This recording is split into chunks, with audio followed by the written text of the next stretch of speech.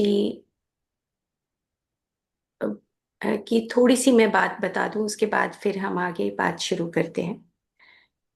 कि श्री राधा कृष्ण जी की भक्ति करते थे। वो यमुना किनारे बैठते थे और उनके परिवार में भी श्री राधा जी और श्री कृष्ण जी का सत्संग होता था। तो उनको ये लगता था कि मैं भी श्री राधा जी और कृष्ण जी की जो लीलाएं होती हैं, जो और लोग बोलते हैं, मैं उसको भी उसका गायन करूं, उसको बोलूं मैं। तो गले से उनके आवाज नहीं आती थी श्री ध्रुवदास जी की। तो एक दिन वो हट करके बैठ गए कि मुझे तो हर हालत में जो मुझे अपने अंदर ध्यान के माध्यम से, आंख बंद करने के माध्यम से मुझे जो दर्शन होते हैं श्री राधा जी और कृष्ण जी के, मैं उसका गायन करना चाहता हूँ, मैं उसको बोलना चाहता हूँ, पूरी दुनिया को बताना चाहता हूँ। तो वो हट करके बैठ गए कि मुझे तो जो अंदर दिखाई देता है, अंतर दर्शन जो उनको होता था, वो मैं बाहर प्रकट करना चाहता हूँ। तो उनको रात को ही आ, स्वप्न में श्री राधा जी आती हैं और अपने नख से, आ, उनके नख की जो कांति बताई गई है श्री राधा जी के पैरों के, एक नाखून की कांति करोड़ों सूर्य की चमक के बराबर बताई गई है। तो आप देखिए कि श्री राधा जी के पास कितना सारा प्रेम का सागर होगा और कितनी उनके अंदर वो चमक होगी। जो उनका एक नख है, उस नख की कांति करोड़ों करोड़ों सूर्य की प्रकाश भी नहीं कर सकते। तो वो जो नख है, उसकी कांति से उनके अंदर श्री राधा जी प्रकट हुई। और उसके बाद वो श्री ध्रुवदास जी की 42 लीला श्री ध्रुवदास जी के माध्यम से अ, मुख से उसका गायन होने लगा। तो अब हम इस बात को अ, एक शुद्ध रूप से, विशुद्ध रूप से, और हम इस बात को वैज्ञानिक रूप से, दोनों रूप से हम विशुद्ध प्रेम को समझेंगे। तो श्रीहित जो शब्द है, उस शब्द को हम हर रोज अपनी मेडिटेशन के माध्यम से, हम अपना ध्यान जब खत्म करते हैं तो उसके बाद हम ये कहते हैं कि हमें दूसरों को सुख देना है।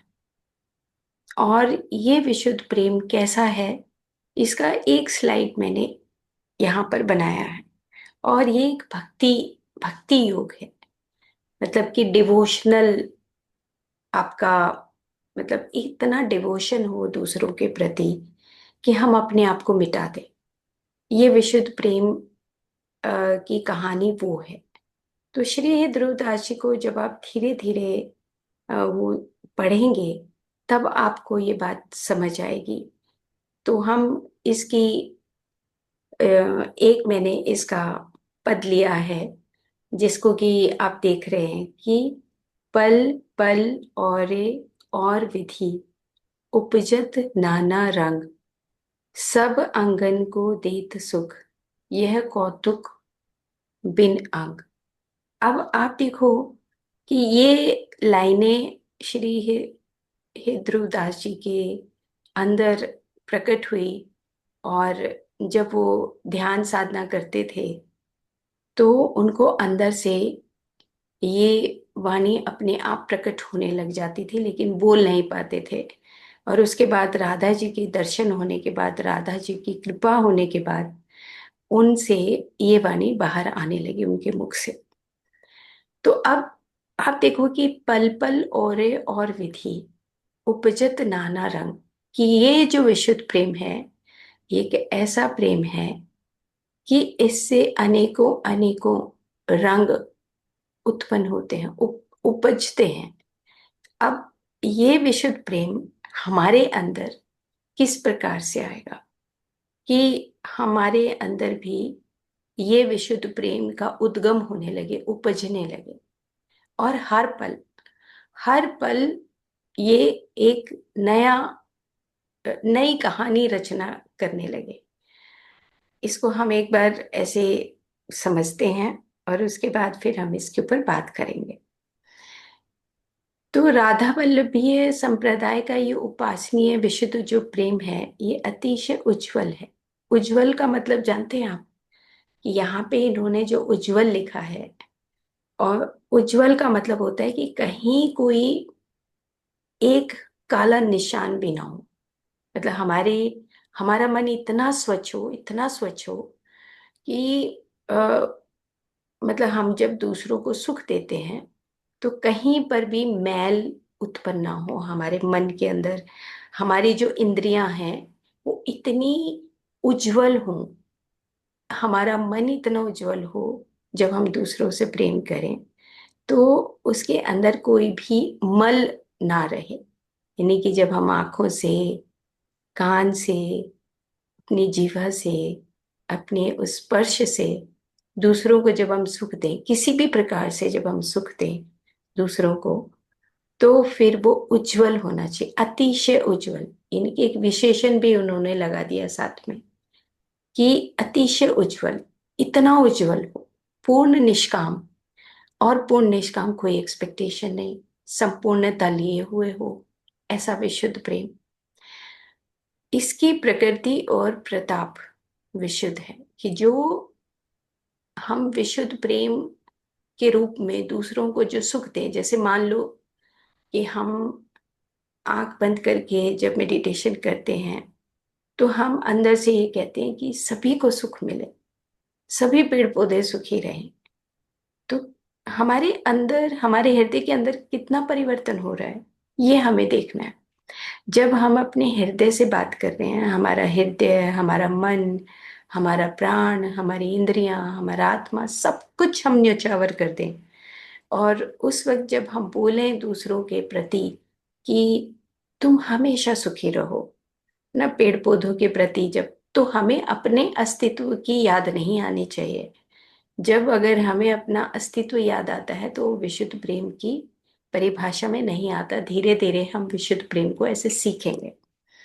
दूसरों को सुख देना मतलब कि यह मन, प्राण, इंद्रिय, आत्मा सबको सुख में बना देता है। मतलब सब कुछ सुख में आने लगता है जब हम दूसरों को पानी पिलाते हैं, चाय पिलाते हैं, खाना खिलाते हैं, दूसरों के प्रति हम कोई भी किसी भी तरह का भाव उत्पन्न होता है। तो फिर क्या होता है कि उसका मन, उसका प्राण, उसका इंद्रिय, उसकी आत्मा, सबको सुख मिलता है। वो कहते हैं यह बिन कौतुक, कौतुक बिन अंग। यानी कि हमें पता नहीं लगता, जब हम किसी दूसरे को सुख देते हैं तो महसूस अंदर से होता है, बाहर से नहीं होता। यह अंग विहीन कौतुक और अनिर्वचनीय पदार्थ है। आप देखो, अनिर्वचनीय है, इसका बयान नहीं किया जा सकता।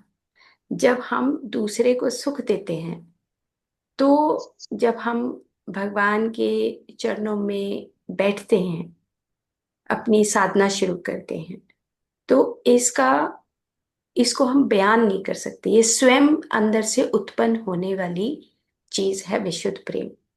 और इसके उदय होने पर उपासक के हृदय में आनंद की अनेक तरंगे उठने लगती हैं। तो जब ये उदय होता है, ये उदय होता है मतलब ये कहीं बातों से नहीं आता, कहीं किताब पढ़ने से नहीं आता। इसका उदय तो हमारे अंदर होता है। और कब होता है? जब राधा जी की कृपा होती है। यानी कि हम उस दहलीज में, राधा जी का जो महासागर है, धीरे धीरे जब हम इस पुस्तक को पढ़ेंगे तो तब हम जानेंगे कि हमने राधा जी की दहलीज में, जहां पे वो रहती हैं, उस प्रेम के महासागर के अंदर एंटर कर दिया है। जब हम उसमें एंटर करते हैं तब ये हमारे हृदय के अंदर विशुद्ध प्रेम उत्पन्न होने लगता है। तो इसको हम एक बार फिर से पढ़ते हैं कि पल पल और विधि, उपजत नाना रंग, सब अंगन को देत सुख, यह कौतुक बिन अंग। यानी कि जब हम पेड़ पौधों को, दूसरों को जब सुख देते हैं, तो सभी अंगों को सुख मिलता है। हमने बिना बोले हुए, मान लो हमने किसी को पानी पिलाया, बहुत गहरा है विशुद्ध प्रेम, टाइम लगेगा अभी उसको पचाने के लिए। जब हम विशुद्ध प्रेम को सुन रहे हैं तो उसको पचाना पड़ेगा हमें, ताकि वो अंदर से उत्पन्न हो।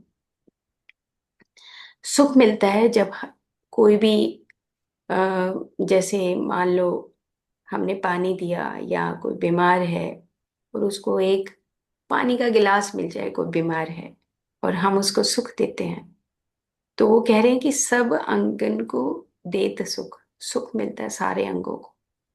भले ही वो सिर्फ अपने हाथ से उसको पानी पिला रहे हैं, या भले ही वो अपनी बातों से उसको सुख दे रहे हैं, भले ही वो उसका अपना एक इंद्रिय से दूसरों को सुख दे रहे हैं, तो ये, लेकिन ये स्वयं से उपजता है। और स्वयं से जब उपजता है तो मेरा खुद का तन, मन, प्राण, इंद्रिय, आत्मा, सब कुछ एक हो जाता है, और उसमें कहीं पर भी भेद नहीं रहता। सब कुछ एक होकर उसके बाद हम दूसरों को सुख देते हैं। तो ये जो प्रैक्टिस है, ये प्रैक्टिस हम, उन्होंने कहा कि एक और पुस्तक है, इस पुस्तक का नाम है भक्ति योग बुक है ये, अ, बिहार स्कूल ऑफ योगा की। तो इसको भी मैं धीरे धीरे पढ़ रही हूँ, लेकिन इसका पीडीएफ नहीं है, शायद अगर अवेलेबल होगा तो मैं आप सबको इसको भी भेजूंगी। तो आज से आप सबके, हम सब मिलकर विशुद्ध प्रेम को सीखना शुरू कर रहे हैं। और ये राजेश जी का मैं धन्यवाद करती हूँ कि उन्होंने अ, एक प्रेरणा दी कि श्री हितरुदास के 42 लीला को शुरू किया जाए। तो आज जो ये शुरुआत है, आप सब जो हैं राधा जी के चरणों में, और ये हमारे जो स्वामी शिवानंद जी हैं, स्वामी सत्यानंद जी हैं, इनके चरणों में हम नमन करते हैं कि इन्होंने हमें एक भक्ति की साधना और एक विशुद्ध प्रेम की साधना के लिए हम सबको अग्रसर कर रहे हैं। तो यहाँ पर इन्होंने, ये जो बुक है, इसमें भक्ति योग के बारे में साइंटिफिकली बताया गया है, क्योंकि हमें दोनों तरफ से अ, उस विशुद्ध प्रेम को, उस भक्ति की साधना को सीखना है कि हमारे अंदर किस प्रकार से हृदय में परिवर्तन होता है, तो उसका विज्ञान क्या है। और एक, जब हम विशुद्ध प्रेम करते हैं तो अंदर से जो अनिर्वचनीय है, जिसको हम बयान नहीं कर सकते, बिन कौतुक बिन अंग, यानी कि हम उसको, अंदर से प्रकट होता है ये, तो हमें उसको दोनों तरीके से जानना है। तो यहाँ पर वो कह रहे हैं कि research by sociologist, psychologist, neurologist suggest that emotions are a far greater force than the mind, intellect, or reason. As Swami Satyanand says, it is difficult, if not impossible, to achieve mental and physical stability if the emotions are rampant. मतलब जब हमारे सबके अंदर जो emotions होते हैं, वो जब उथल पुथल मचाते हैं, तो हमारा फिजिकल और मेंटल स्टेट इम्बैलेंस रहता है ना। और ऐसा होता भी है क्योंकि हमारा जो मन है, वो हमारे मन अंदर से हमारे इमोशंस के साथ जब बंधा हुआ होता है, तो हम हमेशा इम्बैलेंस्ड होते हैं। लेकिन उसका तरीका क्या है? उसका तरीका यही है कि हम जब विशुद्ध प्रेम करें, तो विशुद्ध प्रेम से हम दूसरों को जब अपने आप को समर्पित कर देते हैं, अपने लिए एक्सपेक्टेशन नहीं करते, तब विशुद्ध प्रेम उपजता है, उगता है, अंदर से जन्म लेता है।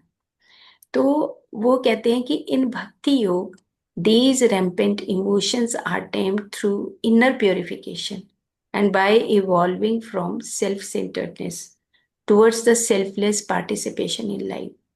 तो हमें, जब हम दूसरों के लिए काम करते हैं, भले ही हम अपने हस्बैंड के लिए, वाइफ के लिए, बच्चों के लिए, समाज के लिए, पक्षियों के लिए, पेड़ पौधों के लिए जो भी काम करते हैं वो सेल्फलेस पार्टिसिपेशन होना चाहिए। As one directs and channels the emotions, और अगर हम उन इमोशंस को अपनी एक डायरेक्शन दे देते हैं, चैनल कर देते हैं, जैसे श्री ध्रुवदास जी ने चैनल्ड किया अपने आप को कि बस मैं राधा जी और कृष्ण जी को अपने अपने आप को मैं समर्पित कर रहा हूँ। मतलब कि पूरा सेक्रीफाइस कर देना अपने आप को।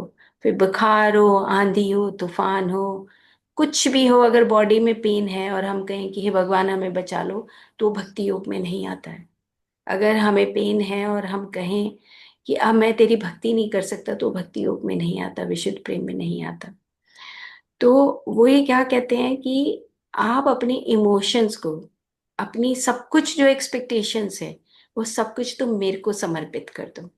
तो उसी को उन्होंने कहा कि ये जो as one directs and channels the emotions, the transformation that comes about ultimately leads to bhakti, the connection with the inner self and the divine. बस दो ही चीजें रहेंगी, आप अपने आप को मिटा रहे हो उस डिविनिटी के लिए, उस डिवाइन के लिए। जब आप अपने आप को मिटा देते हो, उसमें मर्ज कर देते हो, तो तब आपके अंदर वो भक्ति योग पैदा होता है। भक्ति योग बहुत गहरा शब्द है। जैसे हम योग बोलते हैं, प्राणायाम कर लो, है ना, प्रत्याहार कर लो, ध्यान धारणा समाधि कर लो, ये वहां पे भक्ति योग नहीं आता। भक्ति योग एक बिल्कुल एक अलग महासमुद्र है, जिसमें जब हम एंटर करते हैं तो वहां पे ना कोई ज्ञान रहता है, ना ही कोई साधना रहती है, कुछ नहीं रहता वहां पे, बस सिर्फ विशुद्ध प्रेम रहता है और कुछ भी नहीं रहता। तो ये जो हमारा इनर सेल्फ और हमारा कनेक्शन बिटवीन इनर सेल्फ और डिवाइन की जो डिविनिटी है, बस वो ही रहता है। तो हम जब स्वामी शिवानंद और सत्यानंद जी की बहुत सारी पुस्तकें हैं, तो उसमें से ये एक जो भक्ति योग बुक है, वंडरफुल बुक है। इसके कई पार्ट्स हैं। और एक्सपीरियंस ऑफ द हार्ट, ये अपने हृदय के अंदर जो उनके परिवर्तन हुआ, उन्होंने वो प्रैक्टिकली और साइंटिफिकली ये पुस्तक लिखी। तो सारी ही इनकी पुस्तकें जो हैं वो वैज्ञानिक तौर पे लिखी गई हैं, ताकि हमें अपने अंदर से समझ आए कि हम अपने अंदर, हमारे ज्ञान के बाद भक्ति कैसे उत्पन्न होती है। तो ज्ञान की एक सीमा है जहाँ पे अ, हम सिर्फ ज्ञान के माध्यम से सब कुछ नहीं पा सकते, लेकिन भक्ति के माध्यम से हम अपने आप को मिटाकर, तब हम उस जो हम कहते हैं ना कि हमारे पांच शरीर की तो बात हम करते हैं, कि हमारा अन्नमय कोश है, प्राणमय कोश है, मनोमय कोश, विज्ञान में कोश है, आनंदमय कोश है। लेकिन उसके बाद दो शरीर और रह जाते हैं, जिसको हम बोलते हैं कि आपकी कॉस्मिक बॉडी है। और उसके बाद फिर आपका नथिंगनेस, निर्वाण की जब प्राप्ति होती है, तो कॉस्मोस के साथ कनेक्शन होना, और उसके बाद अपने आप को मिटा के मर्ज कर देना, अपने आप को मिटा देना, मतलब खत्म कर देना। ये वो भाषा है भक्ति योग।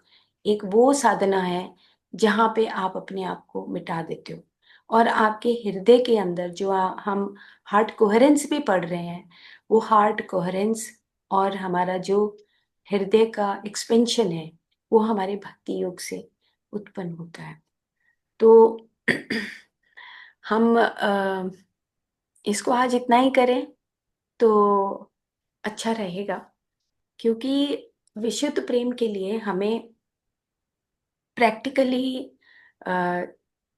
अपने दिन भर का जो हमारा कार्य है, उसमें अ, उसको हमें इम्प्लीमेंट करना है, उस भक्ति योग को, उस विशुद्ध प्रेम को हमें इम्प्लीमेंट करना है। क्योंकि वहां पे तो उन्होंने पल पल की बात की है, मतलब पल पल का मतलब कि एक क्षण भी आप बिना विशुद्ध प्रेम के नहीं रह सकते। धीरे धीरे जब हम आगे आएंगे और इनके हम जो पद पढ़ेंगे श्री ध्रुवदास जी के, तो वहां पर उन्होंने मतलब लिख दिया है कि जो श्री राधा जी के उस महासागर की दहलीज में को पार कर देता है, और जो मेरे महासागर में एंटर कर जाता है, उसके बाद फिर वो अनन्या भक्ति में डूब जाता है, यानी कि फिर हम दूसरों के लिए ही काम करने वाले होते हैं। तो इस प्रकार से वहां पे सुख और दुख, यानी कि संयोग और वियोग, दोनों चीजों की बात की है कि अगर दूरी भी होती है, राधा कृष्ण जी की जो लीलाएं हैं, उसको अगर धीरे धीरे हम जानेंगे, जो लीलाएं होती हैं, जो इस सृष्टि पर लीलाएं हैं, उसको अगर हम बहुत गहराई तल से समझेंगे उन लीलाओं को, तो वहां पे सुख, दुख, वियोग ना, और हमारे अ, जो सहचरी गण है, सखियां हैं, अ, अब जैसे स्वामी सत्यानंद जी ने जो सखियों की बात की, पता है, उन्होंने वैज्ञानिक तौर पे उन्होंने भक्ति योग में सखियां कौन बताई हैं, पता है आपको? उन्होंने बताया कि जो आपके हाथ हैं, जो पैर हैं, जो कर्म इंद्रियां, ये आपकी सखियां हैं।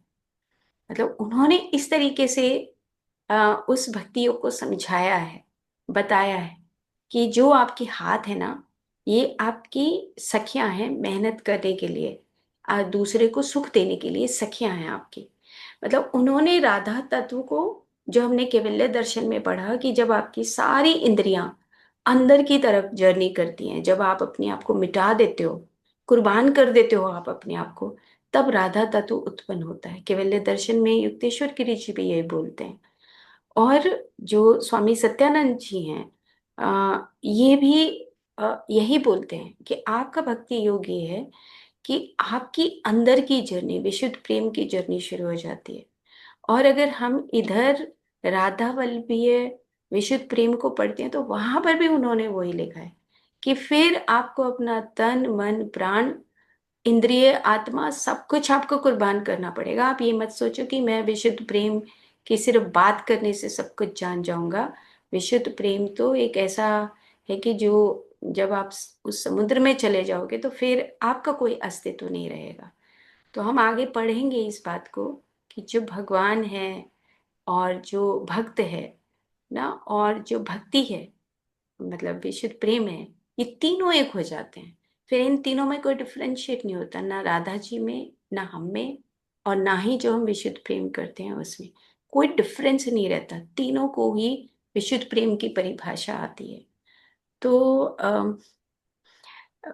गहरा है विशुद्ध प्रेम, और धीरे धीरे हम इसको अ, पचाएंगे। मतलब ये ऐसी चीज है कि आपको बार बार सुननी पड़ेगी, बार बार उस पीडीएफ को जहाँ पे ये लिखा है उसको पढ़ना पड़ेगा, है ना? क्योंकि हर पल की बात की है वहां पे, हम एक पल भी जाया नहीं कर सकते, फिर एक क्षण भी जाया नहीं कर सकते। ऐसा विशुद्ध प्रेम है। तो आज से हमारी ये एक शुरुआत हुई है विशुद्ध प्रेम को समझने की। तो हम सब दिन भर में कोशिश करें कि इस विशुद्ध प्रेम को कैसे सीखेंगे, कैसे अपने अंदर रखेंगे। जैसे मैं बताऊं आपको कि जब ये 2 साल पहले, 2 ढाई साल पहले जब शुरू किया, तो ना, जैसे होता है, बॉडी के अंदर पेन भी होते हैं, कभी कभी बुखार हो गया, कभी थकावट हो गई, कभी आप कहीं से आते हो, वहां पे इन चीजों का, अगर मैं कहूँ भगवान को कि हाथ जोड़ के कि आज मेरी तबीयत ठीक नहीं है, तो वहां पे उसकी उसकी कोई गणना नहीं है। वहां पे आप मिट चुके हो। मतलब जहाँ विशुद्ध प्रेम है वहां पे आपका अस्तित्व नहीं है। अगर मैं अपनी बॉडी के पेन को बताने लगूं कि अब मेरे को ठीक कर दो, तो वहां पे उसका कोई अस्तित्व नहीं रहता। मतलब कहने का ये है कि वो ये कहते हैं कि जो आपका पेन है, उसमें भी विशुद्ध प्रेम है, आपको अगर कोई कुछ भी कोई परेशानी है, तो आप अब उस महासागर में डूबे हुए हैं। अब आप आपके अस्तित्व की आपका अस्तित्व और आपका विशुद्ध प्रेम और राधा जी का जो महल जिसको हम वृंदावन बोलते हैं, वो सब एक हो चुका है, मिल चुका है। तो उसमें अब आप अपने आप को सेपरेट नहीं देख सकते। मतलब सेपरेटनेस की कोई कहानी नहीं है विशुद्ध प्रेम में, है ना। तो अब इसी चीज को लेकर हम जन्मे थे। अ, लेकिन जैसे जैसे ये समाज की जो शिक्षाएं हैं, उन समाज की शिक्षाओं के माध्यम से हम विशुद्ध प्रेम से बहुत दूर चले गए। जबकि जब हर कोई भी जीव इस धरती पर जन्म लेता है, तो बिना विशुद्ध प्रेम के जन्म ही नहीं ले सकता ना। बच्चे के अंदर इतना प्रेम भरा हुआ होता है, माँ के अंदर जो बच्चे को जन्म देती है, तो इतना प्रेम भरा हुआ होता है। लेकिन जैसे जैसे हम समाज में आगे बढ़ते हैं, तो माँ का भी जो प्रेम है ना, उसमें भी छल आने लगता है। और बच्चा भी उस माँ की वाइब्रेशन से या सराउंडिंग की वाइब्रेशन से उसके अंदर भी छल उत्पन्न होने लगता है, मन बनने लगता है। तो हम प्रयास करें धीरे धीरे फिर से हम वैसी ना, ये सब चीजें नहीं रहती। मतलब मैं तो कहती हूँ हर स्कूल में विशुद्ध प्रेम को इंट्रोड्यूस करना चाहिए, ताकि हम उस जो हमारा एक बेसिक इंस्टिंक्ट है विशुद्ध प्रेम, हम उसको बचपन में ही खो देते हैं। मुझे ऐसा लगता है कि ये बचपन में ही हमें क्यों नहीं सिखाया गया। और हम मोटे तौर पे तो रामायण का पाठ करते हैं, भगवत गीता का पाठ करते हैं, मोटे तौर पे हम भगवान से प्यार करने की कोशिश करते हैं। लेकिन मैं कोई भी जब भजन सुनती हूँ, तो ना मुझे उसमें मतलब नहीं, सेल्फिशनेस नजर आती है। तो ना भजन सुनना बड़ा डिफिकल्ट हो जाता है। जब से मैंने विशुद्ध प्रेम को पढ़ना शुरू किया, तब से जो हमारी मेंटल बॉडी है, हम मतलब बचपन से उसी एनवायरनमेंट में पलते आए हैं ना। मतलब कि हमारे ब्रेन का जो अंदर का वर्किंग है, स्ट्रक्चर है, वर्किंग है, और उसमें जो ड्यूअलिटी आती है, इसकी हम इसकी कंडीशनिंग हो चुकी है ना। और आज हमने पहली बार इस सब्जेक्ट को पढ़ा है अभी। और इस सब्जेक्ट को पढ़ने से हमें ये बात समझ आई है कि आपको अपने अ, मतलब शरीर को, अपनी इंद्रियों को, अपने मन को, सबको एक करके अपने अपने अस्तित्व को मिटाना होगा, अगर हम उस विशुद्ध प्रेम को सीखते हैं। अब ब्रेन क्या करेगा? ब्रेन की जो पहले से जो कंडीशनिंग हुई हुई है, हमारे मन और मस्तिष्क का जो संबंध है इंद्रियों के साथ, उसकी कंडीशनिंग ये है कि अपनी सेल्फिशनेस में, अपनी एक्सपेक्टेशंस के साथ, अपने उस कंफर्ट के साथ हमारी हैबिट पड़ी हुई है। तो उसको जुदा करना और विशुद्ध प्रेम को सीखना, ये प्रैक्टिस जो है, ये 100% मैं तो कहती हूँ कि हमारे मन और ब्रेन के अंदर जो हमारे पाथवेज की बार बार मैं बात करती हूँ, जो नए कनेक्शंस बनते हैं, जो पुराने कनेक्शंस हैं वो ऑटोमेटिकली छूट जाते हैं जब नए कनेक्शंस बनने शुरू होंगे। कि मतलब बिलियन तो मुझे वो दे दो। ग्रेटिट्यूड भाव में नहीं रहता, जो है उसके लिए शुक्रिया अदा करना, बस